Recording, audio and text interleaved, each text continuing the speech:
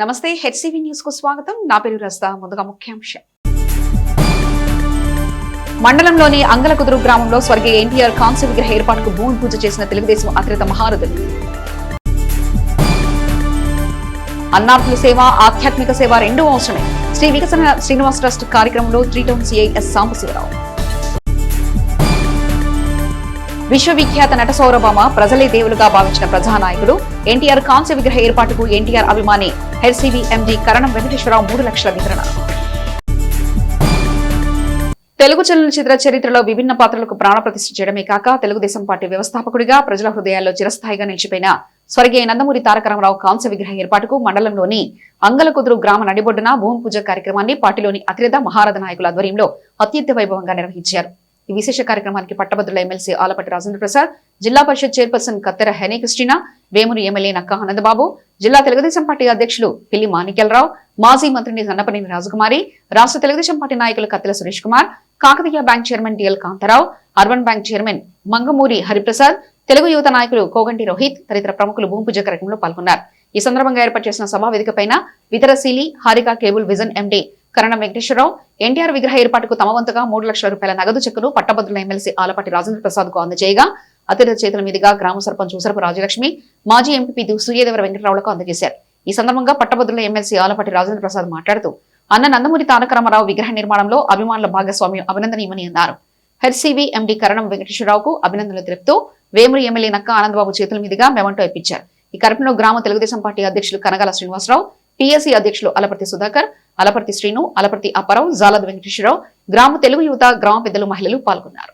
విగ్రహం పూర్తవడం అనేది చాలా తొందరగా అయిపోద్ది, అదేవిధంగా విరాళాలు కూడా బాగా వస్తాయని చెప్పి ముందుగా ఆ కోవలోకే హెచ్సివి వెంకటేశ్వర విగ్రహానికి దాదాపు 3 లక్షల రూపాయలు మరి విగ్రహానికి విరాళం ఇస్తా ఉన్నారు.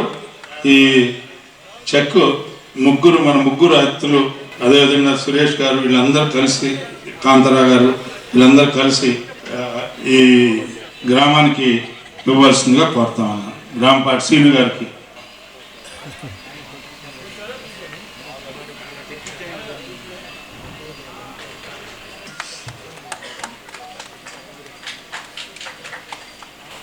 అంతేకాకుండా మిగతా రాజకీయ పార్టీలకి మార్గదర్శకుడైనటువంటి నాయకుడు. ఎందుకంటే అప్పటికే 1983 నాటికే మనం తెలుగుదేశం పార్టీ ఆవిర్భించే నాటికే ఈ భారతదేశంలో అనేక రాజకీయ పార్టీలు ఉన్నాయి.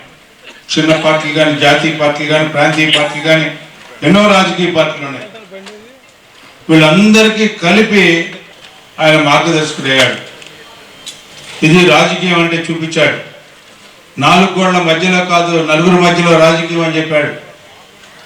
సమాజమే దేవాలయం అన్నాడు, ప్రజలే దేవుళ్ళు అన్నాడు.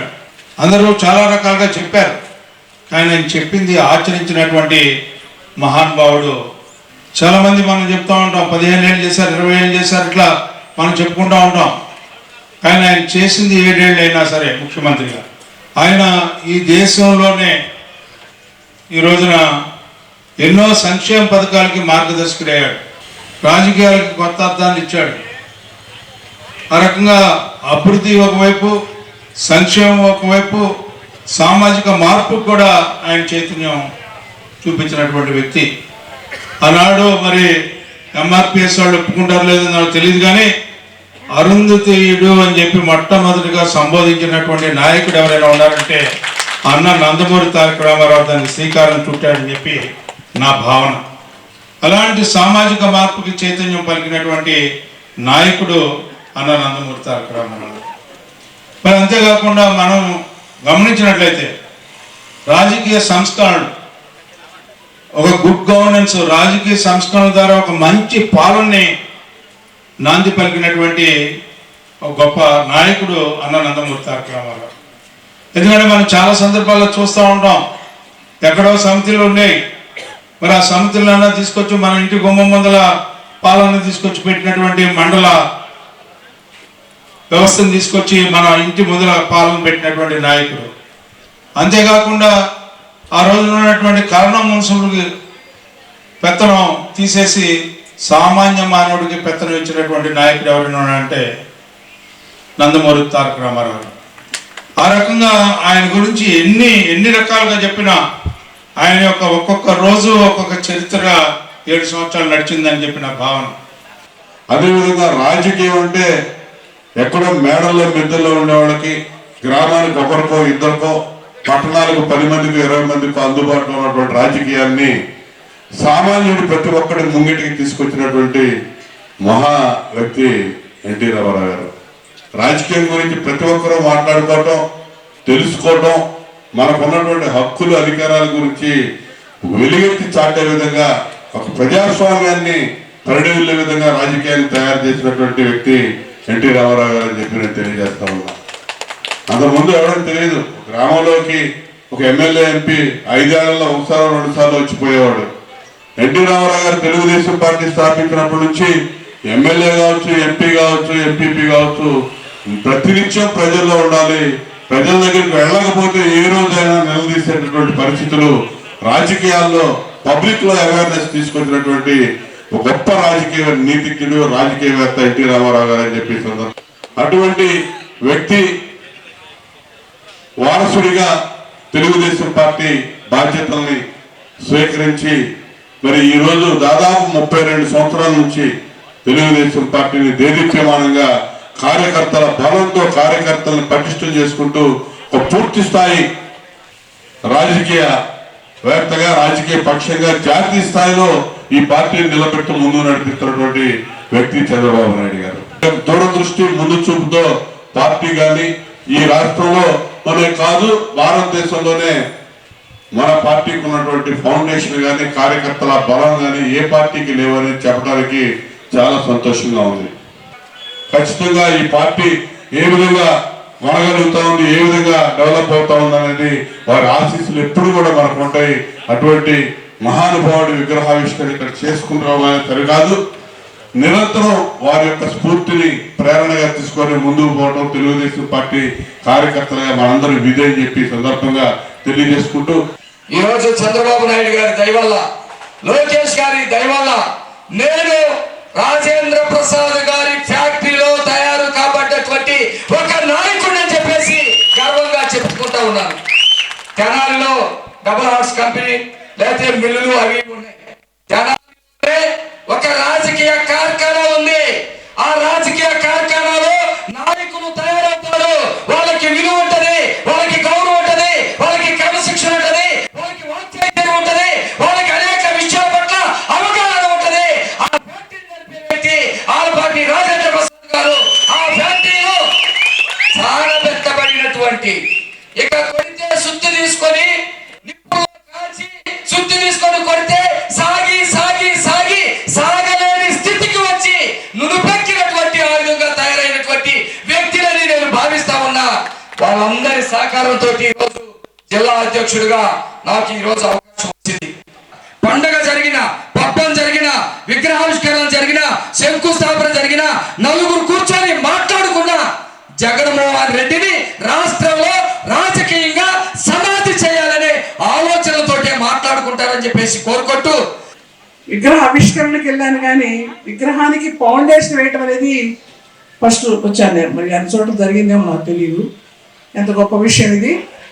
విగ్రహం తయారైనాక విగ్రహావిష్కరణ పిలుస్తారు, అలా కాకుండా విగ్రహం ఫౌండేషన్ వేయడం కూడా అనేది చేయటం అనేది ఒక మంచి పరిణామం.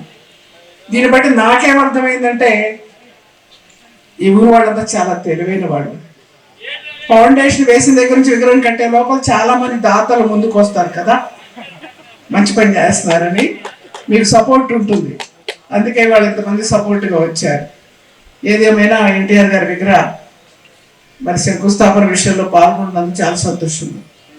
రాముడు పాత్రలో నటించి మెప్పించిన ఆయన, కృష్ణుడు పాత్రలో మెప్పించిన ఆయన, అందాల రాముడుగా మెప్పించిన ఆయన, రాజకీయ నాయకుడిగా ఎలా విజయాన్ని సాధించారంటే ఆయన ఒక్కసారి మనం ఆలోచిస్తే సామాన్యుడి సైకిల్ని ఎన్నుకున్నారు, పేదవాడి గుడిసెని ఎన్నుకున్నారు జెండాలో, కార్మికుడు యొక్క చక్రాన్ని ఎన్నుకున్నారు. అంటే కార్మికుడు, పేదవాడు, సామాన్యుడు, అలాగే నాగల్ని ఎన్నుకున్నారు, రైతుని. కాబట్టి ఇవాళ రైతులు మర్చిపోయేటువంటి పరిస్థితి అక్కడక్కడ కనిపిస్తుంది. అటువంటి పరిస్థితిలో పేదవాడిని మర్చిపోయే పరిస్థితి కనిపిస్తుందా?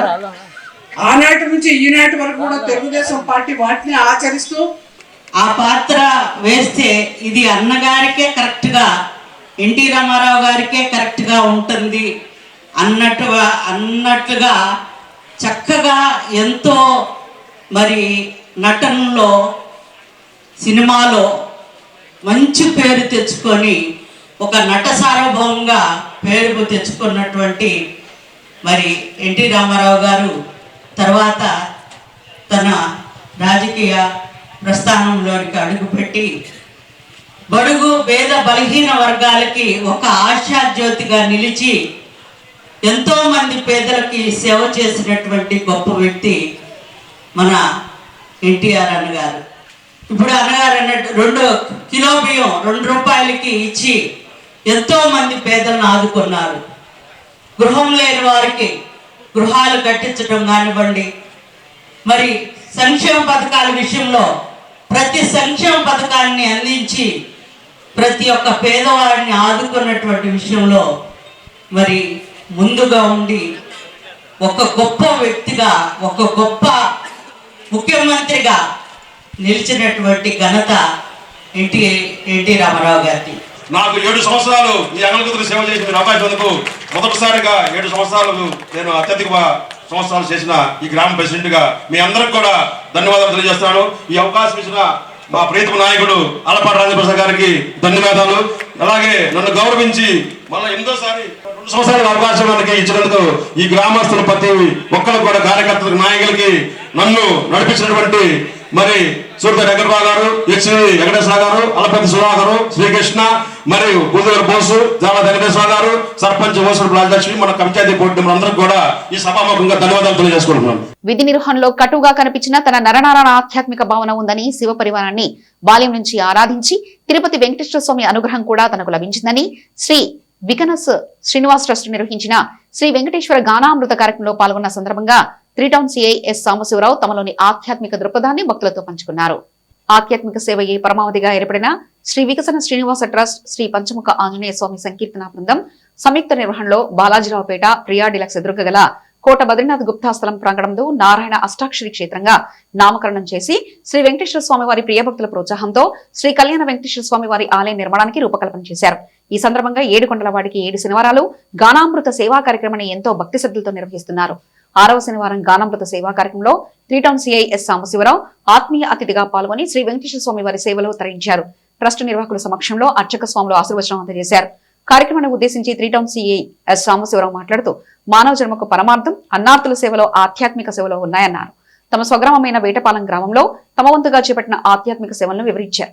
పుట్టిన పారువారు గిట్టక తప్పదని, నడమకాలంలో చేసే మంచి పనులే అవసాన దశలో అక్కరకు వస్తాయన్నారు. 3 టౌన్స్ లిమిట్స్ లో కళ్యాణ వెంకటేశ్వర స్వామి ఆలయ నిర్మాణం కోసం చేస్తున్న ప్రయత్నం సఫలీకృతమై అతి త్వరలోనే ఆలయ నిర్మాణ పనులు మొదలుపెట్టాలన్న ఆకాంక్షను వ్యక్తం చేశారు. ఎంతో విశిష్టమైన ఆలయ నిర్మాణ కార్యక్రమంలో చేస్తున్న ఆధ్యాత్మిక సేవలను తమ వంతుగా 10,000 రూపాయల స్వామికి కానుకగా ఇచ్చారు. మహిళా భక్తులు విశిష్ట సంఖ్యలో పాల్గొన్న గానామృత సేవా కార్యక్రమంలో శ్రీ వికసన శ్రీనివాస ట్రస్ట్ అధ్యక్షులు ఆర్వి కిరణ్ కుమార్ మాట్లాడుతూ 7 కొండల వాటికి 7 శనివారాలు, గానామృత సేవలో 6 శనివారాలు పూర్తి చేసుకున్నామని, 7వ శనివారంగా జనవరి 3వ తేదీన శ్రీ శ్రీనివాస కళ్యాణ కార్యక్రమాన్ని అశేష భక్తుల సమక్షంలో ఘనంగా నిర్వహించినట్లు తెలిపారు. అర్చక స్వామి మారుతి ఆలయానికి భూదానం చేయడం ద్వారా లభించే పుణ్య ఫలితాన్ని వివరించారు. కార్యక్రమంలో ట్రస్ట్ సభ్యులు మూర్తి వెంకటేశ్వరరావు, మాడుపల్లి చంద్రశేఖర్, జంజం రామారావు, గుడివాడ బాలకృష్ణ, పట్టణ ఆర్యవైశ్య సంఘం అధ్యక్షులు Gouravantla Srinivasarao, Sri Venkateswara chemist and druggist association కార్యదర్శి ఏవి నరసింహారావు, కోశాధికారి కొత్తమాసు యజ్ఞప్రసాద్, ప్రముఖ వ్యాపారవేత్తలు గుడివాడ శివప్రసాదరావు, కోట రామ్మోహన్ రావు, ట్రస్ట్ సభ్యులు రొంపిచర్ల సురేష్, మాజటి వెంకటేష్, గోలి సోమశేఖర్, బచ్చు లీలా ప్రసాదరావు, వెచ్చా కిషోర్, కోట రవిశంకర్, సంకీర్తన బృందం సభ్యులు పెద్ద సంఖ్యలో మహిళా సభ్యులు పాల్గొన్నారు. భగవంతుడి ఆశీస్సులు ఉండటం అనేది సామాన్య విషయం కాదమ్మా. అందరికీ ఉండదు. మనం ఎయ్యో చేసేసి దేవుడి దగ్గరికి పోయి ఏదో మరపించేసుకుంటే క్లియర్ చేస్తాడు అనుకునేది మాత్రం అది ఒట్టి భ్రమ. మనకి ఏది ఇవ్వాలి, మనల్ని ఎలా లాగాలి అనేది భగవంతుడే లాగుతాడు, భగవంతుడే ఇస్తాడు. దానికి మనం చేయాల్సిందల్లా ఈ భూమి మీద మనకి ఎంతవరకు భగవంతుడు ఆయుష్ ఇచ్చాడో అంతవరకు నిత్యం శ్రమించడం, పేద సాదా పేద బడుగు బలహీన వర్గాలు ఉంటారు వాళ్ళందరికీ సేవ చేసుకోవడం, భగవంతుడి సేవతో పాటు దీనజన సేవ కూడా చేసుకున్నప్పుడు మాత్రమే భగవంతుడికి మనం నచ్చుతాం. ఇక్కడికి వచ్చేసి పూజలు చేస్తున్నాం, లేదా కాశీ పోయాం, లేదా తిరుపతి పోయాం, ఏడకు పోయాం, పుణ్యక్షేత్రాలన్నీ పోయాం, ఆ దానాలు చేసాం, ఈ దానాలు చేసాం అంటే అది మన మెహర్బానీ కోసం చేస్తే అది భగవంతుడికి నచ్చదు. భగవంతుడికి నచ్చేదల్లా ఒకటే, నా పుత్రుల్ని ఎవరినైతే భూమి మీదకి పంపానో వాళ్ళకి సేవ చేసుకునేటువంటి మహాభాగ్యాన్ని నీకు ఇచ్చా. నీకు ఇచ్చినంతలో నువ్వు వాళ్ళకి ఎంత పెట్టావు అనేది లెక్కలు వేసుకొని నేను నాలో కలుపుకోవడమా లేదా ఇంకొక లోకాలు ఉన్నాయి కదా ఆడకు తోలేయడం అనేది భగవంతుడు మనకి ఇస్తాడు. దయచేసి మనకు భగవంతుడు ఎంతైతే ఇచ్చాడో అంతలో కొంత భాగాన్ని ఎవరైతే దీనజనులు ఉన్నారో మనం చూస్తాం.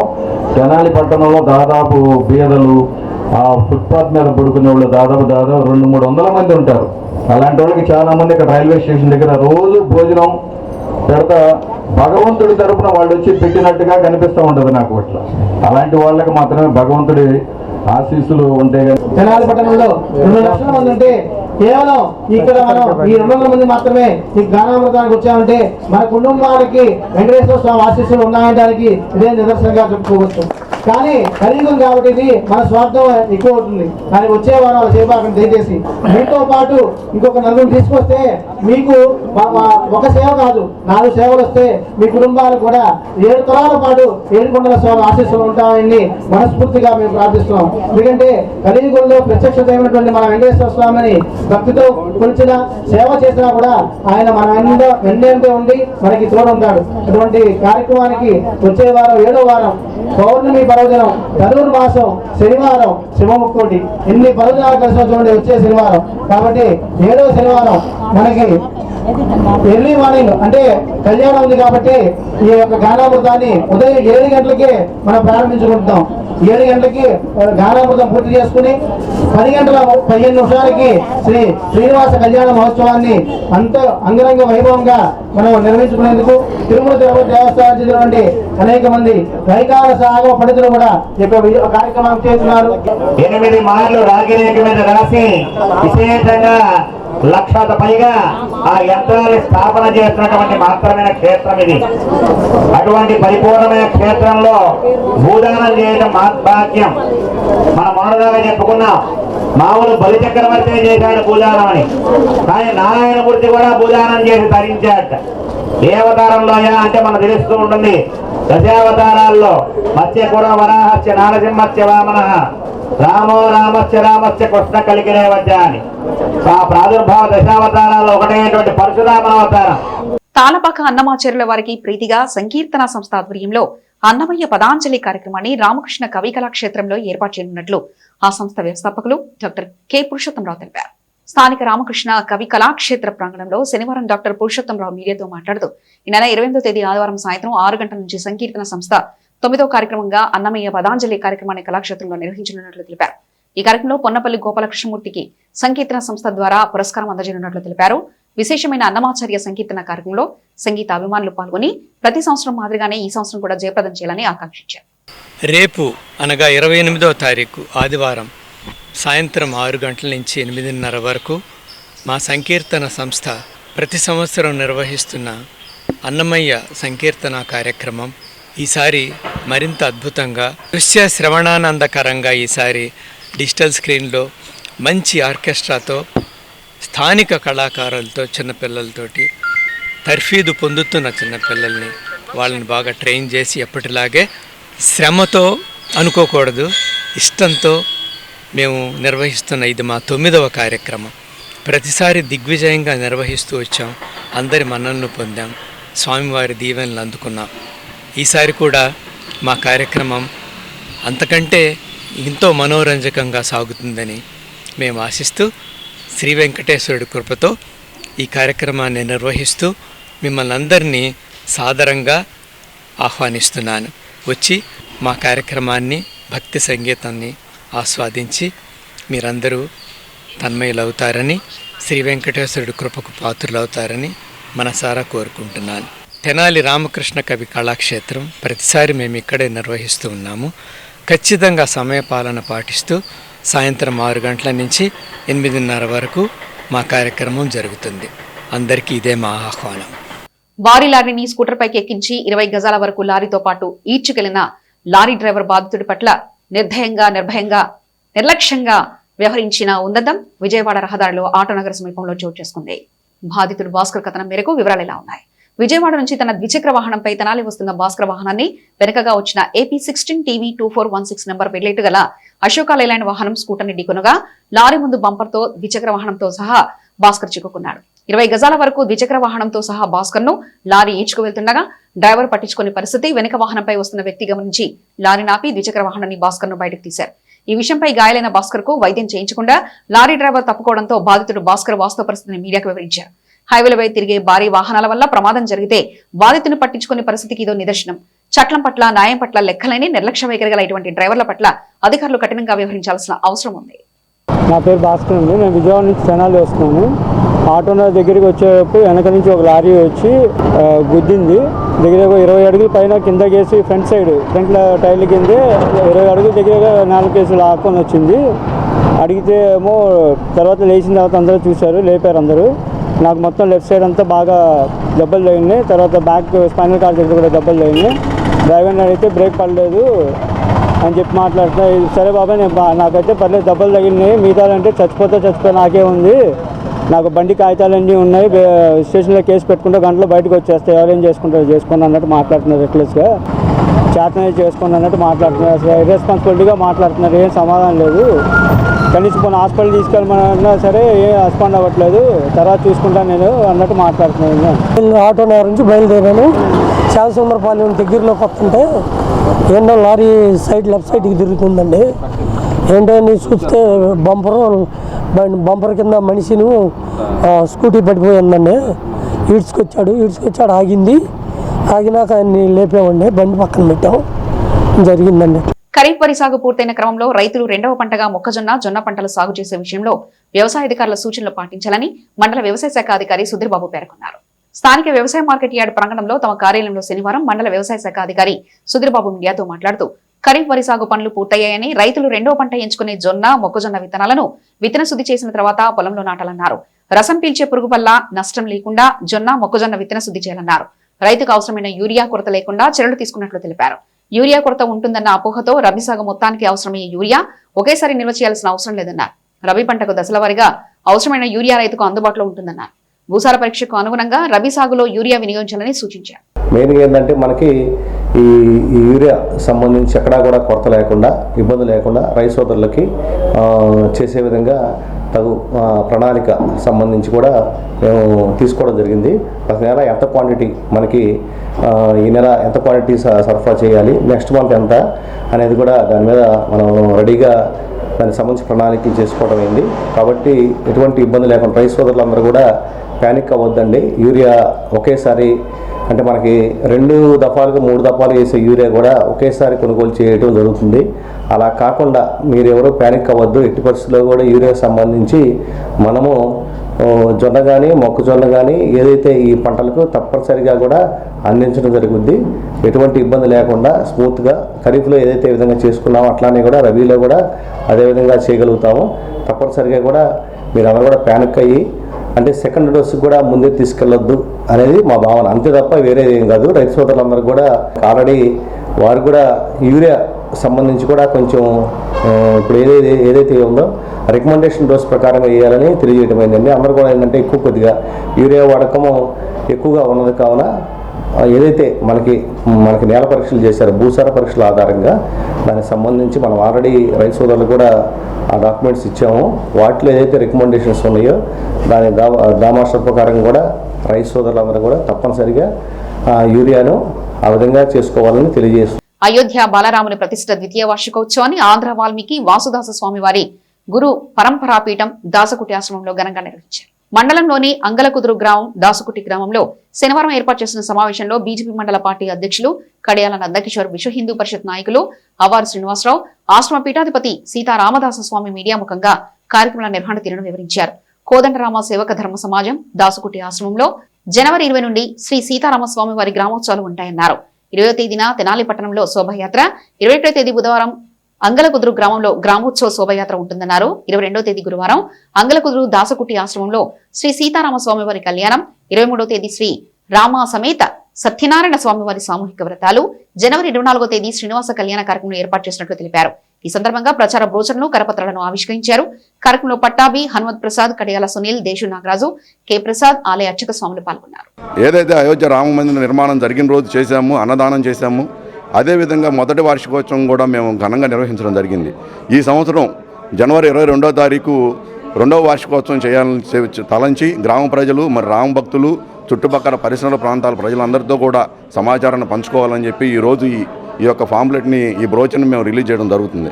కాబట్టి 20వ తారీఖు తెనాలి పట్టణంలో రాముల వారి గ్రామోత్సవం నిర్వహించి 21వ తారీఖు అంగలకుదురు గ్రామంలో కూడా అంగరంగ వైభవంగా కూడా గ్రామోత్సవం నిర్వహించాలని, అదేవిధంగా రామభక్తులందరితో కూడా రామభక్త భజనలతో, కోలాటాలతో కూడా గ్రామంలో ఒక రథోత్సవం కూడా చేయాలని మేము నిర్ణయించాం.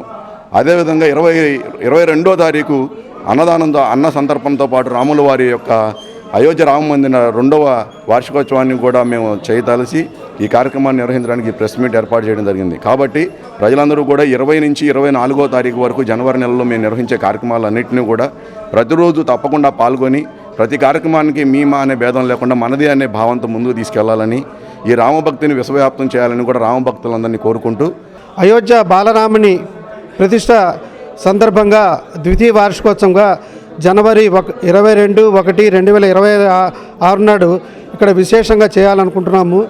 దానికి సందర్భంగా 20వ తారీఖు తెనాల్లో ఊరేగింపు, 21వ తారీఖు అంగలగుత్తులో ఊరేగింపు, 22వ తారీఖు ప్రతిష్ట సందర్భంగా కళ్యాణము, మరియు అదే రోజు ఆంధ్ర వాల్మీకి అయిన శ్రీ వాసుదాస స్వామి వారి పరంపర పీఠం వారి 164వ జన్మదినోత్సవం జరుగుతుంది. వాసుదాస స్వామి వారు అంటే అపర వాల్మీకి. అది గణపతి సచ్చిదానంద స్వామి చిన్నస్వామి కూడా కలియుగ వాల్మీకిగా వారిని వర్ణించారు. అటువంటి శక్తివంతమైన పీఠంలో జనవరి 22వ తారీఖు నాడు కళ్యాణం జరుగుతుంది. కాబట్టి భక్తులు కళ్యాణాన్ని పాల్గొవలసింది. ఈ జరిగే 4 రోజులు అన్న వితరణ జరుగుతుంది. కాబట్టి అందరూ అన్న ప్రసాదం స్వీకరించి, దేవుడి ప్రసాదం స్వీకరించి స్వామివారి ఆశీస్సులు పొందవలసింది కోరుతున్నాము. ప్రశస్తి పొందినటువంటి శ్రీ అంగలకుదురు దాసకుటిలో మనం ద్వితీయ వార్షికోత్సవం చాలా ఘనంగా జరుపుకోబోతున్నాం. దానిలో భాగంగా 20వ తారీఖున గ్రామోత్సవం ఉంటుంది, తెనాల్లో చేస్తారు. 21 అంగలకుదురులో ఉంటుంది, 22 ఇక్కడ కార్యక్రమం ఉంటుంది. దాని తర్వాత ఈ 3 రోజుల కార్యక్రమంలో కూడా అన్నప్రసాద వితరణ ఉంటుంది. అత్యంత స్థానబలము, అత్యంత మహిమాన్వితమైనటువంటి ఈ స్థలంలో ఏది కోరుకున్నా కూడా నెరవేరుతుంది. అలానే శ్రీరాముల వారి యొక్క ఆశీస్సులు లభిస్తాయి. ఈ గ్రామోత్సవాల్లో ప్రజలంతా కూడా విరివిగా పాల్గొని ఈ కార్యక్రమాలన్నీ విజయవంతం చేయవలసిందిగా మనస్ఫూర్తిగా ప్రార్థిస్తున్నాం. జై శ్రీరామ్. అక్రమ సంబంధం నేపథ్యంలో వ్యక్తిపై కత్తితో దాడి చేసిన ఉదంతం శుక్రవారం రాత్రి 1 టౌన్ లిమిట్స్ లో వెలుగు చూసింది. స్థానిక 1 టౌన్ లిమిట్స్ లోని రామలింగేశ్వరపేట రైస్ కాలనీలో చోటు చేసుకున్న హత్యాయత్న పూర్వపరాలు సిఐ మల్లికార్జునరావు కథనం మేరకు ఇలా ఉన్నాయి. 3 టౌన్ లిమిట్స్ లోని సుల్తానాబాద్ లో నివసించే జంగా గంగా, అతని భార్య లక్ష్మి, వీరికి 2 కుమార్తెలు కాగా 40 రోజుల క్రితం లక్ష్మి తన పిల్లలను తీసుకుని భర్తతో విభేదించి 1 టౌన్ పరిధిలోని రైస్ కాలనీలో గల డేరాగుల ఆంజనేయులతో ఉంటుంది. ఈ నేపథ్యంలో లక్ష్మి భర్త గంగా శుక్రవారం రాత్రి రైస్ కాలనీలో ఆంజనేయుల ఇంటికి వెళ్లి వెంట తెచ్చుకున్న కత్తితో పొడిచి మరణాయుధాన్ని సంఘటనా స్థలంలో వదిలి పరారయ్యాడు. బాధితుడు ఆంజనేయులు తెనాలి జిల్లా వైద్యశాలలో అత్యవసర వైద్య సేవలు పొందుతున్నారు. 1 టౌన్ పోలీస్ స్టేషన్ లో కేసు నమోదు కాగా 1 టౌన్ సీఐ కేసు దర్యాప్తు చేపట్టారు. ఈ సందర్భంగా సీఐ మల్లికార్జునరావు మీడియాకు వివరాలు వెల్లడించారు. నిందితుడు పరారులో ఉన్నాడని త్వరలోనే పట్టుకుని కోర్టుకు హాజరుపరచనున్నట్లు తెలిపారు. తెనాలి 1 టౌన్ పరిధిలో ఉన్నటువంటి రైస్ కాలనీలో ఒక స్టాబింగ్ ఒకటి స్టాబింగ్ జరిగింది. ఇందులో డేరంగుల ఆంజనేయులు అనే అతన్ని గంగా అనే అతను స్టాబింగ్ చేశాడు. రీజన్స్ ఏంటనేది ఇంత మటుకు తెలియదు, కానీ బట్ ఏంటంటే ఫ్యామిలీ అఫైర్స్ ఉన్నాయి. ఆ నేపథ్యంలో జరిగింది. రిపోర్ట్ తీసుకుంటా ఉన్నాం. క్లూస్ టీమ్ని కూడా పిలవటం జరిగింది. పేషెంట్ ఎవరైతే ఉన్నారో ఆయనకి ట్రీట్మెంట్ జరుగుతూ ఉంది. పొడిచినటువంటి గంగా అనే అతని మీద ఎఫ్ఐఆర్ నమోదు చేయడం జరుగుతుంది. చట్ట ప్రకారం చర్యలు తీసుకుంటాం. పరారీలో ఉన్నాడు, వెతుకుతా ఉన్నాం. టీమ్స్ని ఫామ్ చేశారు డిఎస్పీ గారు, తెనాలి డిఎస్పీ గారు, ఎస్పీ గారు ఇన్స్ట్రక్షన్స్ మేరకు వెతికి పట్టుకుని త్వరలోనే కోర్టు ముందు హాజరుపెడతాం. అనారోగ్య కారణాలతో బాధపడుతూ సొంత వైద్యం చేయించుకునే వారికి సీఎం రిలీఫ్ ఫండ్ ద్వారా అందజేసే నిధులు వారి కుటుంబాలకు అండగా నిలుస్తాయని మాజీ మంత్రి వేమూరు శాసనసభ్యులు నక్కా ఆనందబాబు అన్నారు. శనివారం వేమూరు నియోజకవర్గ తెలుగుదేశం పార్టీ కార్యాలయంలో అమతూరు వేమూరు నియోజకవర్గ మండలాలకు చెందిన పలువురికి సీఎంఆర్ చెక్కుల పంపిణీ చేశారు. వేమూరు నియోజకవర్గంలో ఇప్పటి వరకు 6,30,00,000 రూపాయలకు పైగా సీఎంఆర్ఎఫ్ చెక్కులు అందించడం జరిగిందని అన్నారు. గత ప్రభుత్వం సీఎంఆర్ఎఫ్ నిధులు ఏ ఒక్కరికి అందించలేదని గుర్తు చేశారు. పార్టీలకు, కులాలకు అతీతంగా అనారోగ్యంతో బాధపడుతూ ఆపదలో ఉన్నవారికి ముఖ్యమంత్రి సహాయ నిధి అందించేందుకు కూటమి ప్రభుత్వం సిద్ధంగా ఉందని అన్నారు. కార్యక్రమంలో వేమూరు వ్యవసాయ market chairperson Gottipati Purnakumari, Telugudesam party నాయకులు Jonnagadda Vijayababu, Tunugunta Saibaba, Gajula Venkata Subbaiah, Maineni Muralikrishna, yard vice chairman Amisetti Kishore తదితరులు ఉన్నారు. వైద్య ఖర్చులు గతంలో రిలీజ్ చేసినటువంటి పరిస్థితులు లేవు. 2014-19 చంద్రబాబు నాయుడు గారే అలవాటు చేశారు. 14కు ముందు అధికారంలో ఉన్న 2004 నుంచి 14 దాకా ఉన్న 10 ఏళ్ళ అధికారంలో ఉన్న కాంగ్రెస్ పార్టీ కూడా ప్రభుత్వం కూడా ఏ రోజు ఈ సీఎంఆర్ఎఫ్ అనేది ఈ విధంగా ఇచ్చినటువంటి దాఖలాలు ఎప్పుడూ లేవు. మళ్ళీ 5 సంవత్సరాలు జగన్మోహన్ రెడ్డి ప్రభుత్వంలో పూర్తిగా ఈ స్కీమ్ ఎత్తేసారు కంప్లీట్గా. మళ్ళీ ఈరోజు గత 18 నెలల కాలంగా మన నాయకుడు చంద్రబాబు నాయుడు గారి నాయకత్వంలో కూటమి ప్రభుత్వం అధికారంలోకి వచ్చిన తర్వాత ఒక మన నియోజకవర్గంలోనే ఇప్పుడు నేను ఇంకా ఖచ్చితంగా లెక్కేయలేదు కానీ 6.5 కోట్ల దాకా ఈ సీఎంఆర్ఎఫ్ ఇప్పుడు అందించామని చెప్పి తెలియజేస్తా ఉన్నా. ఓ పక్క ఆరోగ్యశ్రీ కింద వైద్యం అందిస్తూనే ఉన్నారు. మళ్ళా అదనంగా ఇబ్బందుల్లో ఉండి ఎన్నో కష్టాలు పడి అప్పులు సొప్పులు చేసి ఆరోగ్యం కుదుటపరచుకోవడం కోసం ఖర్చు పెట్టినటువంటి డబ్బులో కొంత మీకు మళ్ళా తిరిగి రావడం అనేది మీకు ఎంతో కొంత ఉపశమనం కల్పించిందని నేను అనుకుంటాను. అందుకనే ఈ అవకాశం సాధ్యమైనంత ఎక్కువగా మా నియోజకవర్గంలో సాధ్యమైనంత వరకు అసలు దాదాపు ఏది మిస్ కాదు. 1 మిస్ అయినా కూడా వదిలిపెట్టకుండా దాన్ని ట్రాక్ చేసి వెంటబడి అప్లికేషన్ ఎక్కడ ఉందనేది చూసి మరీ చేయించుకొస్తా ఉన్నాం. మీరు కూడా ఖచ్చితంగా ఎవరున్నా గ్రామంలో ఈ విధంగా ఇబ్బందులు పడుతున్న వాళ్ళు, వాస్తవంగా ఇబ్బందుల్లో ఉన్నవాళ్ళు, ఆరోగ్యపరంగా సిక్ అయిపోయిన వాళ్ళు, ఈ విధంగా ఖర్చు పెట్టుకున్న వాళ్ళు తప్పనిసరిగా దానికి సంబంధించినటువంటి ఆ డాక్యుమెంట్స్ అన్నీ కూడా పూర్తి చేసి తీసుకొచ్చి ఇచ్చినట్టయితే ఖచ్చితంగా మీకు ఈ సీఎంఆర్ఎఫ్ అందించడంలో నేను కానీ మా ఆఫీస్ కానీ పూర్తిగా పనిచేసి మీకు తోడ్పాటు అందిస్తామని చెప్పి సందర్భంగా తెలియజేస్తాను. 2వ రాష్ట్ర తైక్వాండో ఫెడరేషన్ కప్ పోటీలు తెనాలి పట్టణంలో శనివారం తెనాలి పట్టణ 3 టౌన్ సిఐ ఎస్ సాంబశివరావు మరియు పుర ప్రముఖుల సమక్షంలో ఆహ్లాదకరమైన వాతావరణంలో ప్రారంభమయ్యాయి. శ్రీ వాసవి కన్నికా పరమేశ్వరి దేవస్థానం వెనక వైపు గల గీతామందిరం వ్యాయామశాలలో శనివారం సబ్ జూనియర్స్ పోటీలు ఆహ్లాదభరిత వాతావరణంలో ప్రారంభమయ్యాయి. కార్యక్రమంలో ముఖ్య అతిథులుగా పాల్గొన్న Ganesh youth convener Veeravali Murali, rotary జిల్లా assistant governor Edara Venkata Purnachand, senior Telugudesam party నాయకులు గుమ్మడి రమేష్, కుర్రా శ్రీనివాసులు తమ ప్రసంగాల్లో క్రీడాకారులకు, క్రీడా నిర్వాహకులకు అభినందన తెలియజేశారు. ఆర్గనైజింగ్ కార్యదర్శి శ్రీనివాస్ మాట్లాడుతూ జూనియర్స్, సీనియర్స్ విభాగాలకు ఆదివారం పోటీలుంటాయని అన్నారు. ఈ పోటీలో విజేతులైన క్రీడాకారులు జనవరిలో నిర్వహించే జాతీయ స్థాయి టోర్నమెంట్స్కు ఎంపిక చేయడం జరుగుతుందని అన్నారు. ఈ పోటీలకు రాష్ట్ర నలుమూల నుండి 300 మంది క్రీడాకారులు హాజరైనట్టు తెలిపారు. ఈ కార్యక్రమంలో తైక్వాండో సంఘ ప్రధాన కార్యదర్శి Venkateswara Rao, director Suman Srinivas, referee committee chairman Rohit Varma, వివిధ జిల్లాల కార్యదర్శులు, కోచ్లు పాల్గొన్నారు.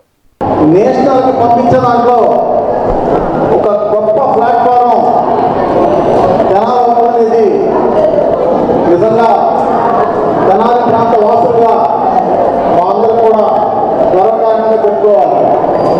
ముఖ్యంగా చిన్నపిల్లలు ఇవాళ 13 జిల్లాల నుంచి ఇక్కడ విచ్చేసి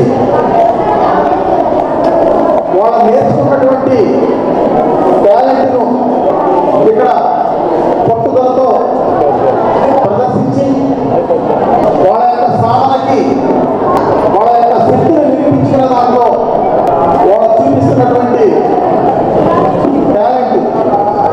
ఎందుకంటే చిన్న పిల్లలైనా కానీ వాళ్ళ యొక్క పట్టుదల చూస్తుంటే ఏదైనా మేము సాధించగలం, పట్టుదల ఉంటే దేన్నైనా సాధించవచ్చు అనేటటువంటి ఒక గొప్ప పట్టుదలతో వీళ్ళ యొక్క ఇక్కడ టాలెంట్ చూస్తుంటే నిజంగా ముట్టేస్తుంది. ఈరోజు 7 APC ఫెడరేషన్ 2025కి వివిధ జిల్లాల నుంచి ఇంతమంది పిల్లలు రావడం, వాళ్ళంతా వాళ్ళ ప్రతిభని ఈ తెనాలి ప్లాట్ఫామ్ మీద చూపించడం అనేది చాలా సంతోషకరం. ఇది ప్రతిభ చూపించడమే కాదు, అది మీరు శారీరక దృఢత్వానికి కానీ అలాగే మీ మనో వికాసానికి కానీ ఈ క్రీడలు ఎంతో దోహదపడతాయి. ఈ క్రీడలతో పాటు మీరు మంచి చదువుకుని మంచి ఉద్యోగం కూడా ఈ ప్లాట్ఫామ్ ద్వారా మీరందరూ ఈరోజు పోటీల్లో ఎక్కి జనవరి 18, 19 జైపూర్లో జరుగుతున్నాయని చెప్పేసి ఇప్పుడే మీకు మీ సాధన చెప్పారు. అక్కడికి మీరు నేషనల్ ఈవెంట్ కూడా వెళ్ళాలని చెప్పేసి కోరుకుంటున్నాను. పిల్లలందరూ కూడా మానసికంగా వికాసం చెందాలంటే క్రీడల్లో పాల్గొవాల్సిన అవసరం ఎంతైనా ఉంది. ఏ కాకుండా ఈ యొక్క క్రీడల్లో ఇక్కడే సెలెక్ట్ అయిన వాళ్ళని జైపూర్ 18, 20 తారీఖుల్లో నేషనల్ సెలక్షన్స్ ఉన్నాయన్నారు. అక్కడికి అందరూ కూడా ఇక్కడి నుంచి కూడా సెలెక్ట్ అవ్వాలని చెప్పి కోరుకుంటూ ఈ యొక్క అవకాశం ఇచ్చిన అందరికి కూడా ధన్యవాదాలు తెలియజేసుకుంటూ సెలవు తీసుకుంటాం. బంగ్లాదేశ్లో హిందువులపై పాశవికంగా జరుగుతున్న దాడులను ఐక్యరాజ్య సమితి ఖండించి ముష్కర్లకు తగిన బుద్ధి చెప్పాలంటూ హిందూ సంఘాల నాయకులు తెనాలి పట్టణంలో శనివారం సాయంత్రం కొవ్వొత్తులతో నిరసన తెలియజేశారు. హిందూ చైతన్య వేదిక, విశ్వ హిందూ పరిషత్, హిందూ సంఘాల ఐక్యవేదిక సంయుక్త ఆధ్వర్యంలో శనివారం తెనాలి గాంధీ చౌక్లో బంగ్లాదేశ్లో హిందువులపై జరుగుతున్న అమానుష దాడులకు నిరసనగా కొవ్వొత్తుల ప్రదర్శన చేపట్టారు. ఈ సందర్భంగా హిందూ సంఘాల నాయకులు బంగ్లాదేశ్ ముష్కరులకు వ్యతిరేకంగా నినాదాలు చేశారు. ముఖ్య నాయకులు మీడియాతో మాట్లాడుతూ బంగ్లాదేశ్లో హిందూ మిత్రులు దీపు, చంద్రదాస్ తదితరులను అమానుషంగా హతమార్చడం అత్యంత విచారకరమని అన్నారు. బంగ్లాదేశ్లో హిందువులపై జరుగుతున్న మానవహోమం నిలుపుదల చేయడంలో కేంద్రంలోని ఎన్డీఏ ప్రభుత్వం ఐక్యరాజ్య సమితి ద్వారా తగు చర్యలు తీసుకునేలా చూడాలని అన్నారు. గాంధీ చౌక్లో మానవహారంగా ఏర్పడి బంగ్లా ముష్కర్ల తీరును ప్రతిఘటిస్తూ నినాదాలు చేశారు. ఈ కార్యక్రమంలో పొట్టి మూర్తి లక్ష్మీ శ్రీనివాస్, జిల్లా సహ సంయోజక్ కారంపూడి రమాదేవి, తాడేపల్లి మూర్తి, మాజేటి శారద, విహెచ్ నాయకులు కోట రాజేష్, రామాంజనేయులు, భారతీయ జనతా పార్టీ పశ్చిమ మండల అధ్యక్షుడు సందీప్ రాజు, అడప సంపత్రాయుడు, మండల పార్టీ అధ్యక్షుడు కడియాల నందకిషోర్, మైలా హరికృష్ణ, జనసేన పార్టీ నాయకులు కోట పున్నారావు, ఎంపీటీసీ అమిసిటి హరికృష్ణ, బి పృథ్వీ, వెచ్చాశ్యామ్, తూనుగుట్ల విజయ్ తదితర హిందూ బంధువులు పాల్గొన్నారు. దేశవ్యాప్తంగా కూడా ఖండిస్తూ ఉన్నాయి. దాంట్లో భాగంగా ఈరోజు మన తెనాలిలో క్యాండిల్ నిరసన దీక్ష ఒకటి పెట్టాము. దేశవ్యాప్తంగా కూడా హిందువులు ఆగ్రహజ్వాలలు వెల్లువెత్తుతూ ఉన్నాయి. అవన్నీ కూడా ఆగ్రహజ్వాలలు వేరే రూపంలోకి మారకుండా ఉండాలంటే భారతదేశ ప్రభుత్వం చేయాల్సిన వెంటనే అక్కడ ఉన్నటువంటి హిందువులని భారతదేశానికి తరలించడం, వాళ్ళకి అన్కండిషనల్గా భారతదేశానికి తరలించాలి వాళ్ళని. అట్లనే భారతదేశంలో సిఏఏ అమలు ఉంది, ఆల్రెడీ చట్టమైపోయింది. వాళ్ళందరికీ కూడా సిఏఏ ప్రాతిపదికన వాళ్ళందరూ కూడా హిందువులకు పౌరసత్వం ఇవ్వాలి. ఇది కూడా ఆశ్రయం ఇవ్వడానికి పిఎంఏవే కానీ ఇట్లాంటి ఒక గృహ యోజనలు ఇవన్నీ కూడా వాళ్ళకి ఇవ్వాలని చెప్పేసి మేము ఈ సందర్భంగా డిమాండ్ చేస్తూ ఉన్నాం. మనందరం కూడా బంగ్లాదేశ్ మనకి ఎంతో దూరంలో లేదు. మన హిందువులందరం కూడా మనం మేల్కోకపోతే అదే పరిస్థితి ఇక్కడికి రావచ్చు. కాబట్టి మన దగ్గరలో ఎవరైనా బంగ్లాదేశీయులు కానీ ఎవరైనా ఉన్నట్టయితే మనందరం ఇది ఒక బాధ్యతగా గమనించి వాళ్ళని మనం చట్టానికి పట్టించాలి. లేదా వాళ్ళ ఐడెంటిటీని మనం ప్రశ్నించి మనం ఇది ఒక బాధ్యతగా ఒక విధిగా వాళ్ళందరినీ మనం గుర్తించి ప్రభుత్వానికి అప్పచెప్పాలి. బంగ్లాదేశ్లో ఈరోజు మానవత్వం మొత్తం మంట కలిసిపోయింది. ఒక్కరు కూడా ఈరోజు ప్రశ్నించే అవకాశం లేకుండా పోయింది. ఈరోజు భారతదేశంలో స్థిరత్వం, ప్రపంచం మొత్తం అస్థిరత్వం కొనసాగుతుందంటే భారతదేశంలో సమర్థవంతమైన నాయకత్వం ఉండడం వల్ల అని ఈ సందర్భంగా మేము చెప్తా ఉన్నాం. దేశంలో ఈ భారతదేశంలో ఏ కులం ఏ మతం అనేది లేకుండా లౌకికంగా భిన్నత్వంలో ఏకత్వంలో భిన్నత్వంగా బతుకుతూ అందరం మమేకమై అన్నదమ్ములా బతుకుతున్నటువంటి ఈ దేశం సురక్షితంగా ఉందంటే నరేంద్ర మోడీ లాంటి నాయకులు, పవన్ కళ్యాణ్ లాంటి నాయకులు ఈ రోజు దేశంలో ఉండడమేనని మేమందరం కూడా ప్రగాఢంగా నమ్ముతా ఉన్నాం. వేమూరు మండలం బేతేలుపురంలో ఒకే కుటుంబానికి చెందిన 2 వ్యక్తులు మృతి చెందడంతో గ్రామంలో విషాద ఛాయలు అలుముకున్నాయి. విద్యుత్ శాఖ అధికారుల నిర్లక్ష్యం వల్ల విద్యుత్ తీగలు తగిలి ఒక వ్యక్తిని మృతి చెందాడు. దీంతో తీవ్ర మనోవేదనకు గురైన మృతుని తండ్రి రైలు కింద పడి ఆత్మహత్యకు పాల్పడగా అతను మృతి చెందాడు. దీంతో ఆగ్రహించిన బాధిత కుటుంబాలు వేమూరు తహసీల్దార్ కార్యాలయం ముందు ప్రధాన రహదారిపై బైఠాయించి అధికారుల నిర్లక్ష్యానికి నిండు ప్రాణం బలైందని ఆందోళన దిగారు. దాదాపు 2.5 గంటల పాటు రాస్తారోకో నిర్వహించారు. వివరాల ప్రకారం వేమూరు మండలం బేతేలుపురానికి చెందిన అట్లూరి సునీల్ ట్రాక్టర్ డ్రైవర్గా పనిచేస్తున్నాడు. ట్రాక్టర్పై పొలానికి యూరియా తీసుకువెళ్లి యూరియా బస్తాలు దింపుతుండగా కిందకు వేలాడుతున్న విద్యుత్ లైన్లు అతన్ని తాకటంతో సునీల్ అక్కడికక్కడే మృతి చెందాడు. బస్తాలు దించుతున్న మరో మహిళకు కూడా గాయాలయ్యాయి. వేమూరు ప్రభుత్వ వైద్యశాలకు తీసుకువెళ్లగా సునీల్ మృతి చెందినట్లు వైద్యాధికారులు నిర్ధారించారు. దీంతో ఆగ్రహించిన బేతేలుపురం గ్రామస్తులు విద్యుత్ శాఖ అధికారుల నిర్లక్ష్యం కారణంగా నిండు ప్రాణం బలైందంటూ ఎంఆర్ఓ కార్యాలయం ఎదుట రోడ్డుపై బైఠాయించి ఆందోళనకు దిగారు. మృతుడు సునీల్ భార్య నిండు గర్భిణి. ఆమె కూడా రోడ్డుపై కూర్చొని నిరసన తెలియజేశారు. విషయం తెలుసుకున్న వేమూరు ఎస్ఐ శ్రీనివాసరావు ఆందోళనకారులతో మాట్లాడి సముదాయించే ప్రయత్నం చేశారు. విద్యుత్ శాఖ అధికారులు రావాలంటూ బేతేలపురం వాసులు పట్టుబట్టారు. గతంలో 2 సార్లు విద్యుత్ లైన్లు కిందకు వేలాడుతున్నాయని, ప్రమాదభరితంగా మారాయని ఫిర్యాదులు చేసినా కూడా విద్యుత్ శాఖ అధికారులు అసలు ఏమాత్రం పట్టించుకోలేదని బాధితులు ఆగ్రహం వ్యక్తం చేశారు. ఈ నేపథ్యంలో ఎస్ఐ శ్రీనివాసరావు స్థానిక విద్యుత్ శాఖ ఏఈని పిలిపించి మాట్లాడించారు. ప్రభుత్వం పరంగా 5 లక్షల పరిహారం ఇస్తామని హామీ ఇవ్వగా అందుకు అంగీకరించిన బాధిత కుటుంబం ఆందోళన విరమించేందుకు నిరాకరించారు. అనంతరం సీఏ రామాంజీలు సంఘటనా స్థానానికి చేరుకొని ఆందోళనకారులతో మాట్లాడి డిపార్ట్మెంట్ పరంగా మరికొంత ఆర్థిక సహాయం చేయించే విధంగా చూస్తామని హామీ ఇవ్వడంతో 2.5 గంటల తర్వాత ఆందోళన విరమించారు. 2.5 గంటల పాటు రాస్తారోకో కారణంగా తెనాలి కొల్లూరు ప్రధాన రహదారిపై వాహనాలు బారులు తీరాయి. దీంతో ప్రయాణికులు అనేక ఇక్కట్లకు గురయ్యారు. అనంతరం ఎస్ఐ శ్రీనివాసరావు మృతదేహాన్ని పోస్టుమార్టం కోసం తెనాలి జిల్లా ప్రభుత్వ వైద్యశాలకు తరలించారు. ఇదిలా ఉండగా కుమారుడు మృతి చెందడంతో తీవ్ర మనస్తాపానికి గురైన సునీల్ తండ్రి వెంకయ్య రేపల నుంచి గుంటూరు వైపు వెళుతున్న రైలు కింద పడి ఆత్మహత్య చేసుకున్నాడు. దీంతో ఒక్కసారిగా బేతేలుపురం గ్రామంలో ఒకే కుటుంబంలో 2 మృతి చెందడంతో విషాద ఛాయలు అలుముకున్నాయి. బులెటిన్ ముగించే ముందు ముఖ్యాంశాలు మరోసారి చూద్దాం. మండలంలోని అంగలకుదురు గ్రామంలో స్వర్గీయ ఎన్టీఆర్ కాంస్య విగ్రహ ఏర్పాటుకు భూమి పూజ చేసిన తెలుగుదేశం అతిరథ మహారథులు. అన్నార్థుల సేవ, ఆధ్యాత్మిక సేవ రెండూ అవసరమే. శ్రీ వికసన శ్రీనివాస్ ట్రస్ట్ కార్యక్రమంలో 3 టౌన్ సిఐ ఎస్ సాంబశివరావు. విశ్వవిఖ్యాత నట సౌరభామ ప్రజలే దేవులుగా భావించిన ప్రజానాయకుడు ఎన్టీఆర్ కాంస్య విగ్రహ ఏర్పాటుకు ఎన్టీఆర్ అభిమాని హెచ్సివి ఎండి కరణం వెంకటేశ్వరరావు 3 లక్షల వితరణ. ఇవి ఇప్పటివరకున్న అప్డేట్స్. మరో బులెటిన్ మళ్ళీ కలుసుకుందాం. అంతవరకు సెలవు. నమస్కారం.